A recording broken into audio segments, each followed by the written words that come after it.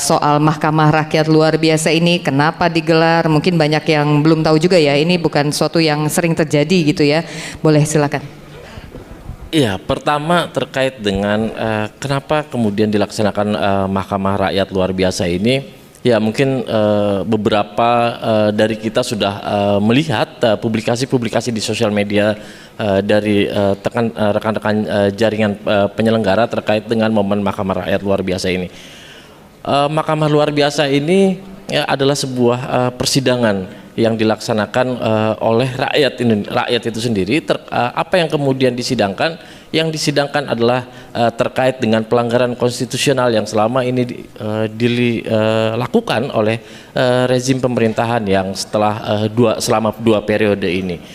Nah, Mahkamah luar biasa ini merupakan ruang ataupun sebuah persidangan yang dilakukan untuk rakyat meminta pertanggungjawaban, menagih pertanggungjawaban terhadap rezim ini atas kebijakan-kebijakan yang telah dikeluarkan, namun kebijakan tersebut malah kemudian menyengsarakan rakyat, atau yang seharusnya pemerintah mengeluarkan kebijakan yang kemudian memberikan perlindungan dan pemenuhan terhadap hak asasi manusia buat rakyat, tetapi itu tidak dilakukan oleh pemerintah.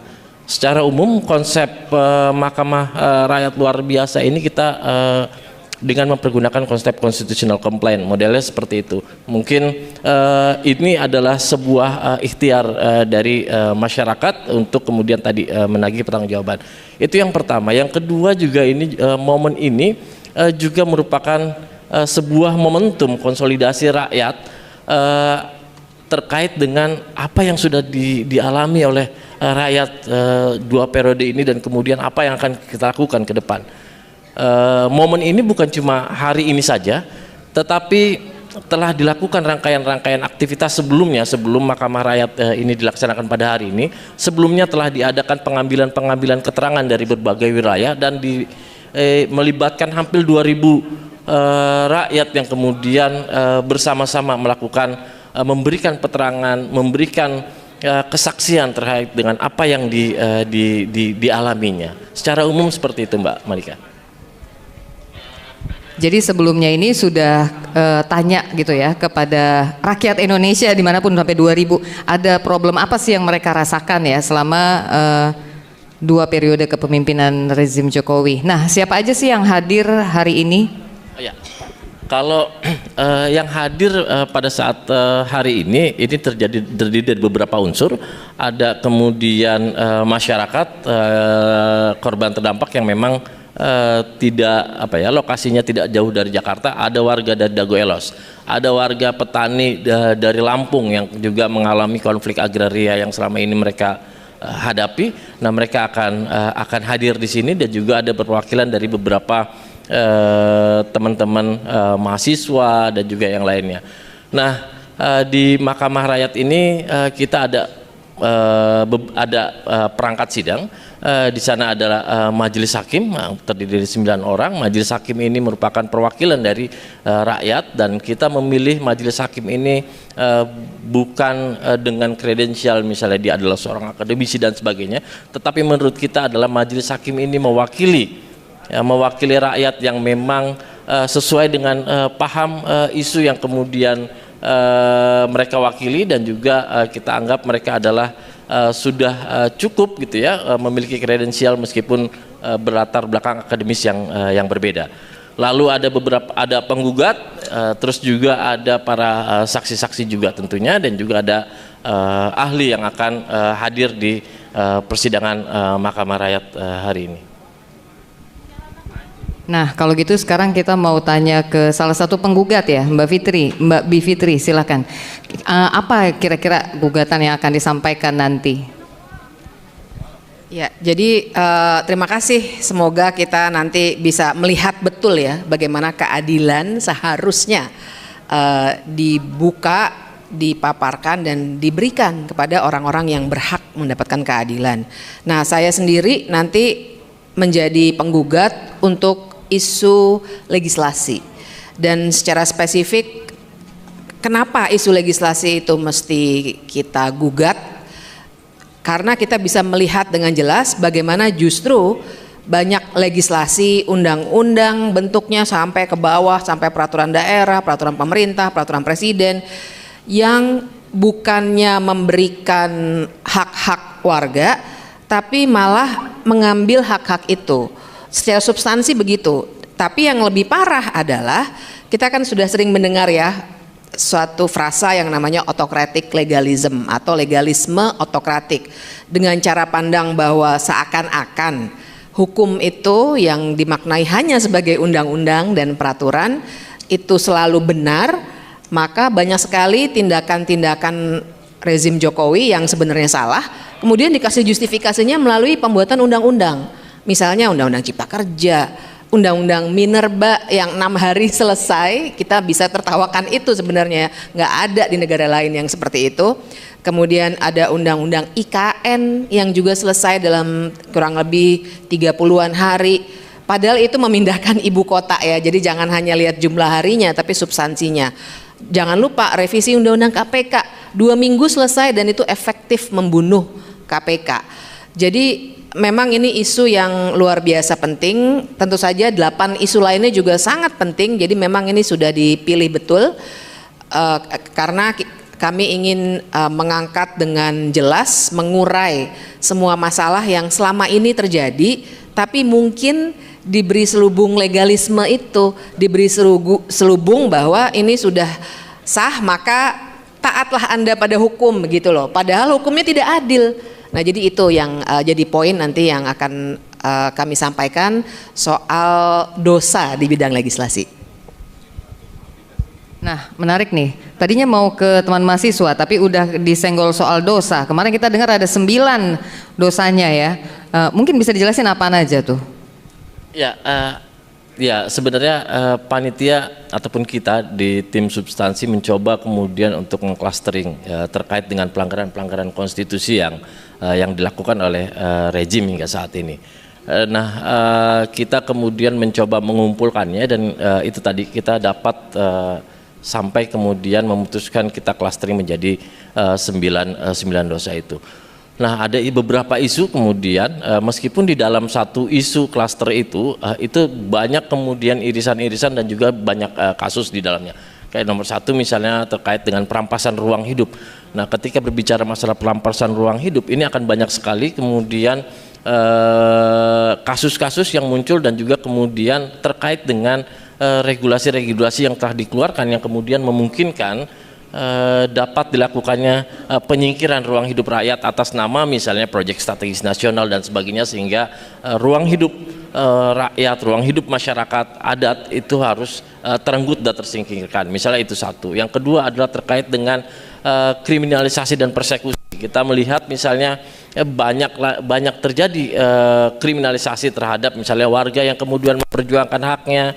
Nah, terus juga persekusi yang dilakukan oleh aparat ataupun kelompok lain terkait dengan hak minoritas dan kelompok-kelompok yang terpinggirkan yang dipersekusi. Terus juga ada terkait dengan pelanggaran HAM masa lalu dan praktek impunitas, ini juga tidak bisa kita lupakan, itu juga menjadi salah satu klaster sendiri. Ada juga klaster yang tepat tadi disinggung oleh Mbak Bibip terkait dengan legislasi.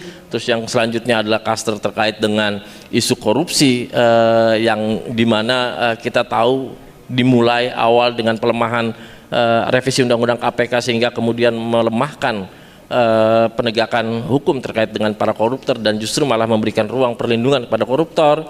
Ada lagi juga terkait dengan klaster isu ya lingkungan dan sumber daya alam dan juga digabungkan di dalamnya dengan solusi palsu atas pemerintah terkait dengan penanggulangan terhadap dengan krisis iklim.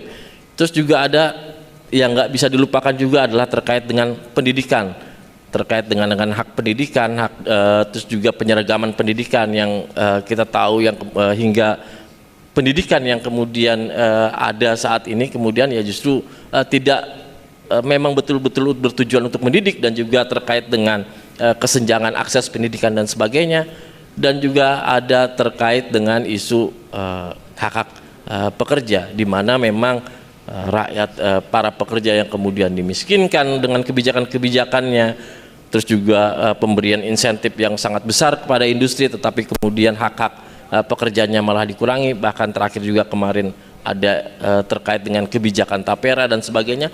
Ini juga semua masuk di dalam klaster-klaster isu yang akan disidangkan pada saat hari ini gitu, Mbak. Ya, terima kasih Kang Akses. Emang belakangan ini kita sebagai rakyat tuh banyak shocknya ya. Sampai wah banyak banget nih kebijakan yang dikeluarkan terus kita tercengang. Ini mau protes yang mana dulu ya, saking banyaknya gitu. Mungkin ke teman mahasiswa nih nanti juga jadi salah satu penggugat kan ya, boleh berbagi pandangan juga soal kegiatan hari ini dan apa nanti yang ingin disampaikan. Oke, baik. Pertama, kenapa mahasiswa? Ada salah satu mahasiswa menjadi penggugat. Karena isu-isu yang berkaitan di belakang ini 9 dosa-dosa yang berkaitan dengan mungkin ilmu-ilmu kuliah kami. Terutama mungkin ketika mengenai soal nawadosa terkait dengan pendidikan. Terlebih pendidikan tinggi. Bagaimana sistem pendidikan tinggi saat ini itu benar-benar dikomersialisasi. Ibaratnya perguruan tinggi negeri yang seharusnya negeri diswastakan gitu.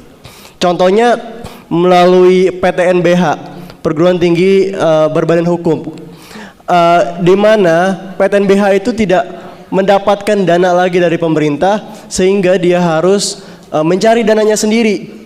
Hasilnya adalah perguruan tinggi PTNBH ini mengambil dana dari para mahasiswanya dengan menaikkan UKT.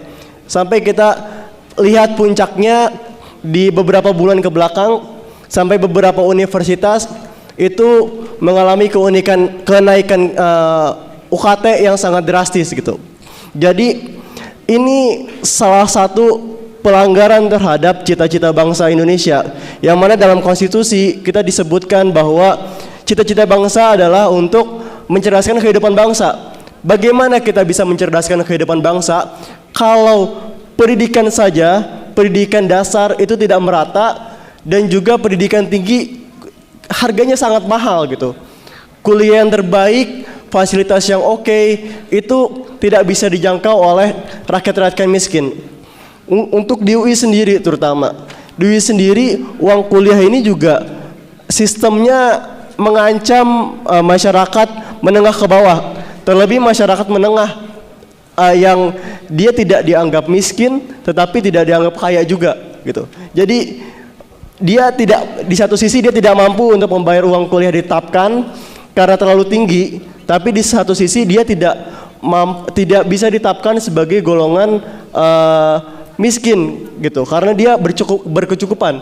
Itu masalahnya di UI sendiri. Terlebih untuk uang pangkal sekitar, kalau di Fakultas Hukum sendiri sekitar 75 juta. Itu dibayar sekali masuk kuliah.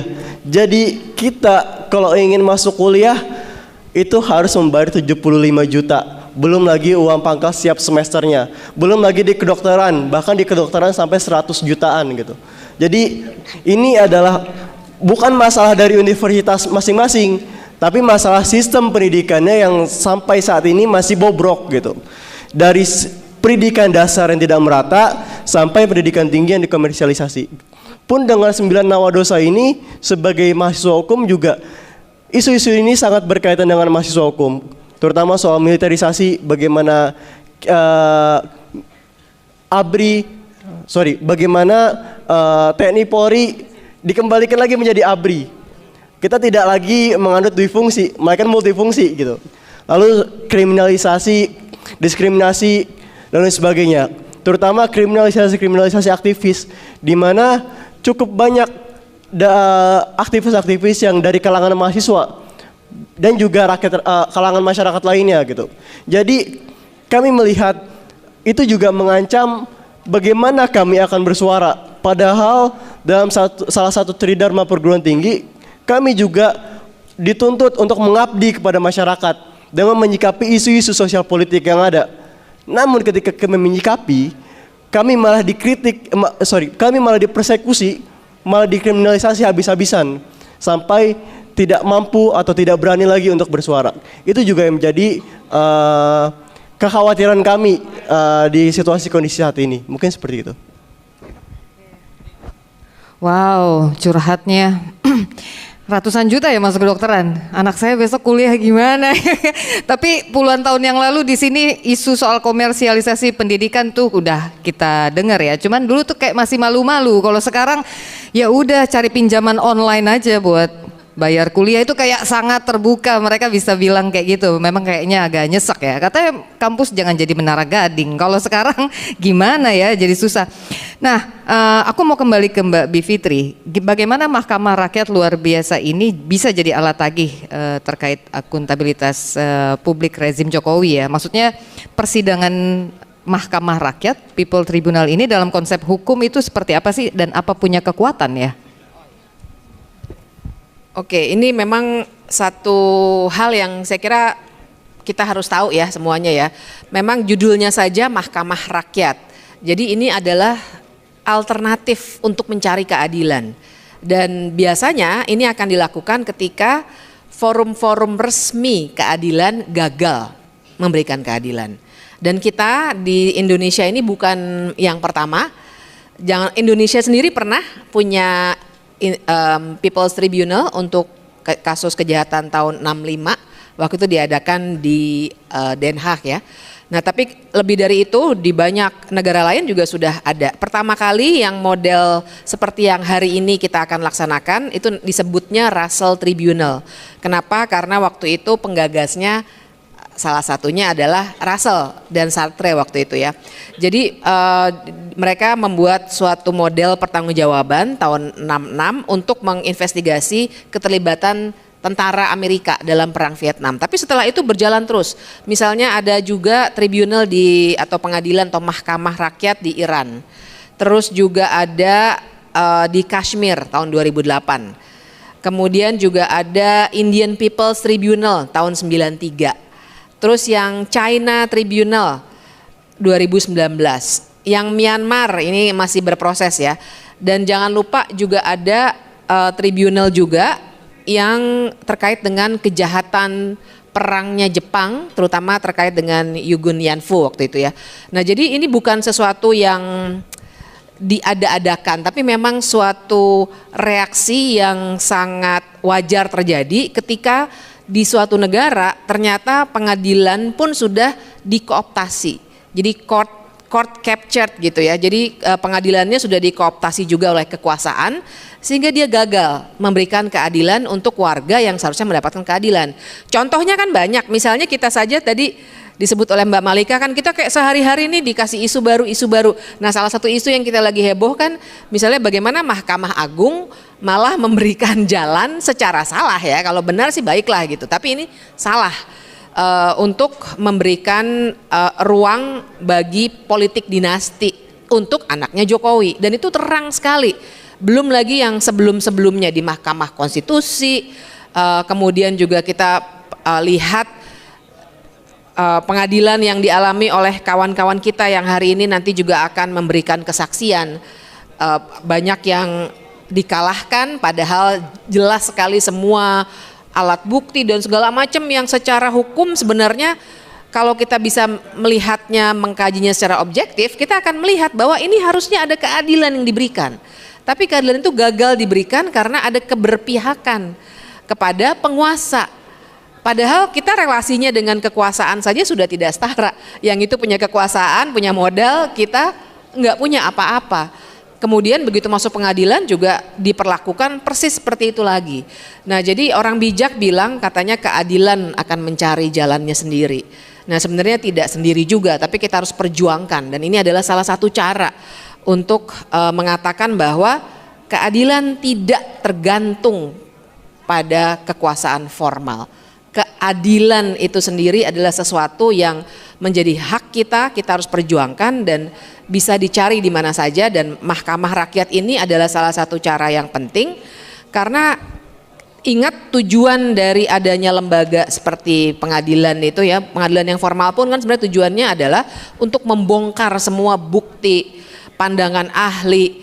Nah, ketika ruang itu tidak diberikan oleh lembaga formal, di sini tentu saja kita semua berharap nanti publik akan terang benderang melihat, mendengar semua kesaksian dari kawan-kawan, terutama komunitas-komunitas di level tapak ya. Maksudnya barangkali kan yang sering kita lihat di talk show yang hebat-hebat mentereng begitu ya di televisi dan lain-lain adalah para politikus juga. Kalaupun ada yang mungkin masuk pengadilan selebritis, tapi justru kawan-kawan yang berjuang di bawah ini yang memperjuangkan hidupnya ya sebenarnya ya, kena proyek strategis nasional dan lain sebagainya, mereka juga tidak mendapatkan ruang keadilan yang cukup, bahkan panggung untuk memberikan catatan dari segi mereka. Jadi sebenarnya tidak pernah objektif ruang-ruang yang publik yang selama ini kita lihat yang dikuasai oleh kekuasaan. Jadi ini saya kira kesempatan yang luar biasa untuk kita semua juga belajar dari proses ini tentang apa yang sesungguhnya terjadi. Paling tidak dari 9 isu itu saya yakin sebenarnya ratusan ya, cuma harus diklaster justru supaya kita belajarnya enak gitu. Jadi ini proses yang sangat berharga juga sebagai pertanggungjawaban sejarah kita. Jangan sampai nanti anak cucu kita bilang, wah pada tahun 2024 tidak ada yang bilang apa-apa soal ketidakadilan dan soal kejahatan yang sebenarnya dilakukan oleh penguasa. Ini adalah catatan sejarah yang penting. Mungkin sedikit lagi karena tadi Mbak Bivitri sampaikan ini terjadi di beberapa negara. Mungkin ada catatan keberhasilan atau apa sih dampak kemudian ya yang terjadi di salah satu negara misalnya, mungkin boleh cerita. Ya, kalau keberhasilannya itu tentu saja tidak bisa diukur dari apakah ada eksekusi atau tidak begitu ya, karena ini mahkamah rakyat. Jadi poinnya adalah ruang untuk rakyat untuk membeberkan semua masalah sehingga kemudian bisa saja ditindaklanjuti dalam berbagai forum politik maupun hukum berikutnya. Yang saya kira cukup sukses adalah ketika kita masuk ke wilayah internasional. Follow up-nya begitu, tindak lanjutnya ke wilayah internasional. Dari semua yang tadi saya sebutkan, misalnya Russell Tribunal itu juga begitu banyak dikopi di banyak negara justru karena tingkat suksesnya. Dengan itu paling tidak publik bisa melihat secara luas, bahkan secara internasional sebenarnya apa yang dilakukan oleh pemerintah Amerika ketika itu terhadap perang Vietnam yang juga luar biasa kejahatannya. Nah itu banyak yang terungkap. Jadi kalau bisa dibilang tolok ukur keberhasilannya menurut saya sih 2. Yang pertama adalah pengetahuan publik ya tadi untuk pendidikan politik maupun catatan sejarah. Tapi yang lebih penting adalah tentu saja kita berharap nanti akan ada tindak lanjut baik di ranah internasional dan itu sangat bisa ditindaklanjuti. Tentu saja kita tidak bicara international court ya of justice karena itu beda lagi. Kita belum meratifikasi, negara ini belum meratifikasi Statuta Roma sehingga kita nggak bisa lari ke pengadilan internasional. Tapi kan banyak sebenarnya yang nanti bisa dicatat, diungkap dalam berbagai forum internasional, terutama yang menilai bagaimana kovenan-kovenan hak asasi manusia itu dihormati atau tidak, benar-benar dijalankan atau tidak. Nah itu beberapa dampak yang bisa kita harapkan. Lagi-lagi jangan merasa nanti ada sanksi badan begitu ya, ini bukan pidana, tidak ada sanksi perdata misalnya ganti rugi begitu, tidak. Kan kami juga tidak mencari keuntungan finansial dari sini, tapi lebih banyak ke bagaimana perhatian publik di nasional maupun internasional terhadap ketidakadilan yang ternyata selama ini terjadi. Baik, terima kasih Mbak Bivitri. Nah ini kita lihat nih teman-teman di ruang sidang ini udah hampir penuh dengan masyarakat Indonesia nih yang mau menggugat. Tapi tergugatnya gimana Kang Asep? Kita mencoba gitu ya, kita sudah berupaya kemudian karena kita pengen mahkamah luar biasa ini memang betul-betul bisa kemudian menjadi forum gitu ya, menjadi forum persidangan dan sebagainya. Nah kita juga sudah mengirimkan surat undangan dan panggilan kepada para pihak tergugat, baik itu dikirimkan melalui pos dan beberapa hari lalu juga sudah dikirimkan secara offline, secara langsung ke Sekretariat Negara. Nah, di sini juga kita mempersiapkan meja buat para tergugat gitu ya. Mumpung ini sidang masih belum dimulai, mungkin juga nanti ada tergugat mau hadir ya kita persilakan.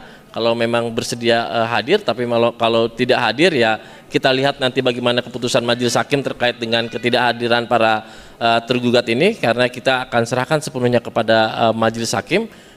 Dari kita sudah mencoba untuk mempersiapkan dan mengundang para tergugat untuk hadir. Samping itu juga kita juga sebenarnya mengajak publik sebelumnya bagi yang ingin terlibat di dalam Mahkamah Rakyat luar biasa ini dengan kemudian mengirimkan pengaduan dan sebagainya, dan juga kita juga mengundang untuk mengirimkan amikus kepada sidang Mahkamah Rakyat luar biasa ini, dan tercatat ada beberapa amikus dari beberapa lembaga.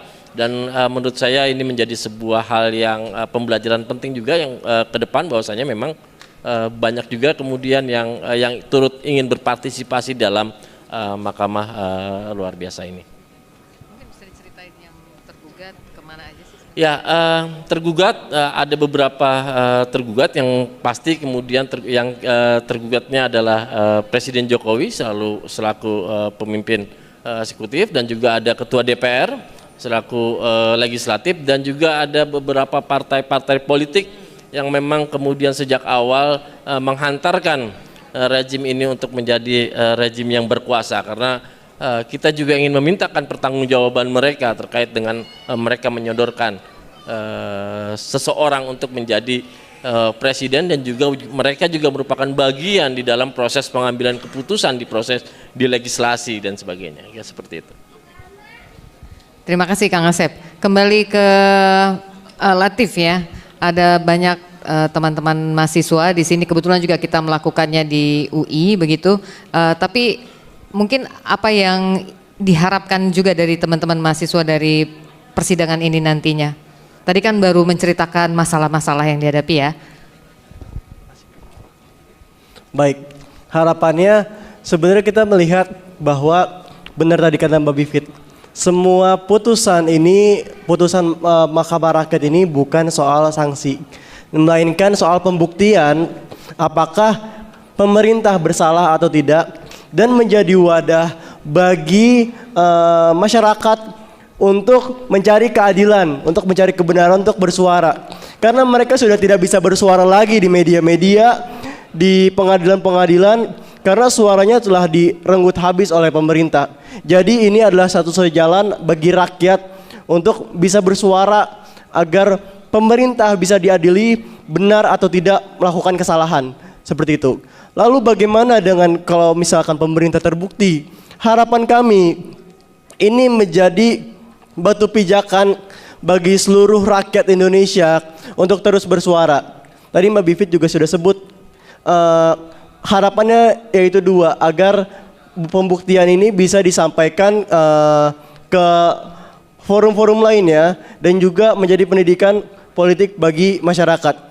Jadi ketika ini sampai kepada pendidikan politik masyarakat, masyarakat juga harus bertindak, melakukan advokasi, terus bersuara dan terus melakukan pergerakan setelah adanya putusan ini. Jadi putusan ini tidak sekali selesai dibuktikan benar, tapi segala macam kekuatannya itu ada di tangan rakyat kembali. Jadi rakyat yang harus meneruskan bagaimana jalan untuk advokasi, untuk penyikapan, untuk bersuara terkait dengan putusan-putusan yang ada di Mahkamah Rakyat ini. Selanjutnya juga harapannya agar ini juga bisa dibawa ke forum-forum lain. Mungkin bisa dibawa ketika dibuktikan nanti terkait dengan 9 nawa dosa. Pasti ada pelaku-pelaku dari pemerintahan yang seharusnya bisa dibawa ke pengadilan umum. Lalu pembuktiannya adalah dari pembuktian-pembuktian yang ada di Mahkamah Rakyat. Seharusnya begitu di negara-negara lain. Lalu ini juga seharusnya bisa untuk bagaimana DPR untuk mengambil langkah atau menggunakan hak-haknya sebagai bentuk pengawasan terhadap pemerintah gitu. Pun dengan masyarakat untuk mengawasi DPR secara langsung. kepada perwakilan-perwakilan yang mereka pilih. Jadi seperti itu.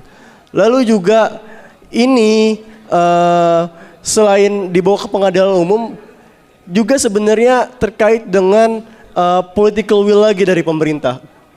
Jadi ketika pemerintah memang sudah tidak mau menutup diri, menurut saya ya sudah binasalah negeri ini gitu. Karena pemerintah juga sudah tidak mendengar lagi apa yang dikeluhkan masyarakat. Sudah tutup kuping, sudah tutup mulut, sudah tutup mata. Jadi harapannya kita harus terus bersuara, menyuarakan putusan-putusan ini, membawa pembuktian-pembuktian ini ke forum-forum lainnya, entah itu pengadilan umum, entah itu lembaga legislasi dan sebagainya, ataupun forum-forum internasional. Jadi harapan kami seperti itu. Terima kasih. Kita udah sebentar lagi akan memulai sidang Mahkamah Rakyat luar biasa. Tapi ya hari ini kita bisa ngelihat bahwa betul ya Indonesia tuh lagi nggak baik-baik aja. Itu bukan dugaan-dugaan, asumsi begitu. Karena di sini rakyat Indonesia kumpul untuk memberikan kesaksian, juga menggugat rezim Jokowi yang sudah 2 periode ini menyengsarakan rakyat begitu ya. Ada 9 dosa yang sudah diklaster. Nanti kita akan simak seperti apa. Nah di ujung mungkin ada yang ingin disampaikan lagi oleh Kang Asep?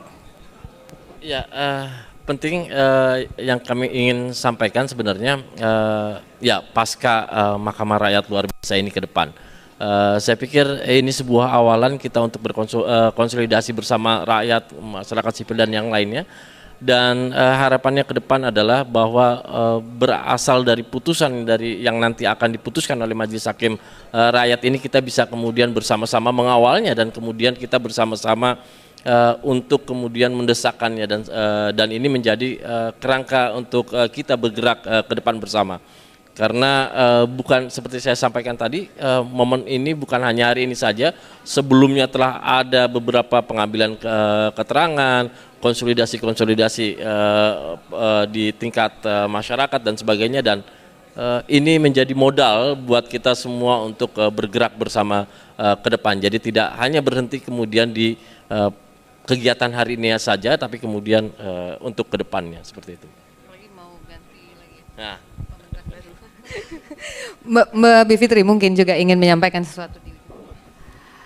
Ya, kalau saya ingin supaya Mahkamah Rakyat luar biasa ini juga membuat kita menyadari betul ya apa yang tengah terjadi, sehingga segala ketidakadilan, ketidakbenaran dan kekacauan yang akhir-akhir ini kita lihat tidak menjadi normal yang baru.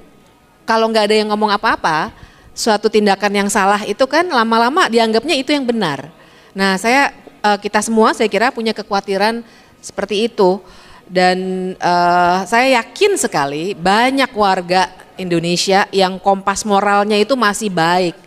Cuma karena ditipu terus, dibilangnya yang benar yang ini nih karena ada undang-undangnya, yang benar yang ini nih karena ada putusan Mahkamah Agungnya atau Mahkamah Konstitusinya. Jadi mungkin sudah banyak yang terkecoh. Nah, jadi saya berharap dengan Mahkamah Rakyat luar biasa ini mata kita jadi terbuka dan kita jadi lebih kritis dan bisa memelihara kegelisahan itu, karena kegelisahan itulah yang memberikan harapan buat kita, dan tentu saja ujungnya nanti kita jadi punya catatan-catatan penting untuk terus-menerus melawan ketidakadilan. Tuh, makasih. Baik, pesan saya adalah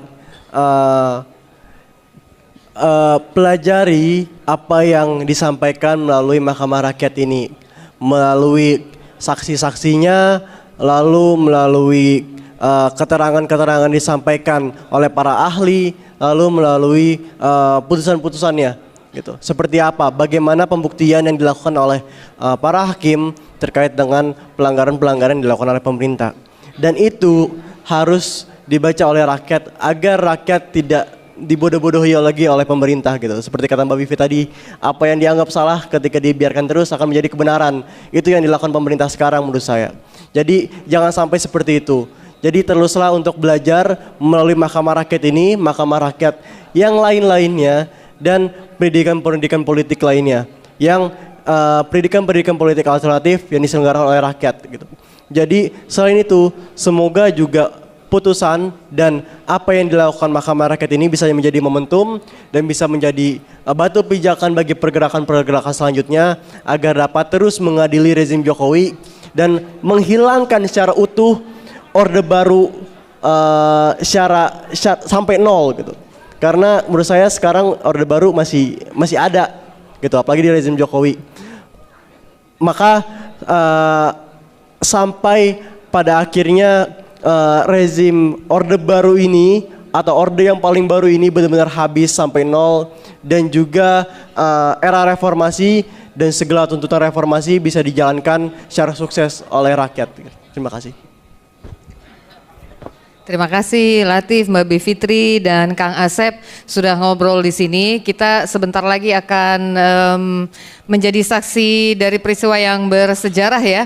Mahkamah Rakyat luar biasa. Jadi teman-teman yang saat ini menyaksikan melalui Jakarta Nikus, silakan di copy dan share link ini dan sebarkan ke ya kerabat, rekan-rekan untuk kita sama-sama menyaksikan nanti ujungnya seperti apa nih Mahkamah Rakyat luar biasa pada hari ini. Terima kasih sekali lagi.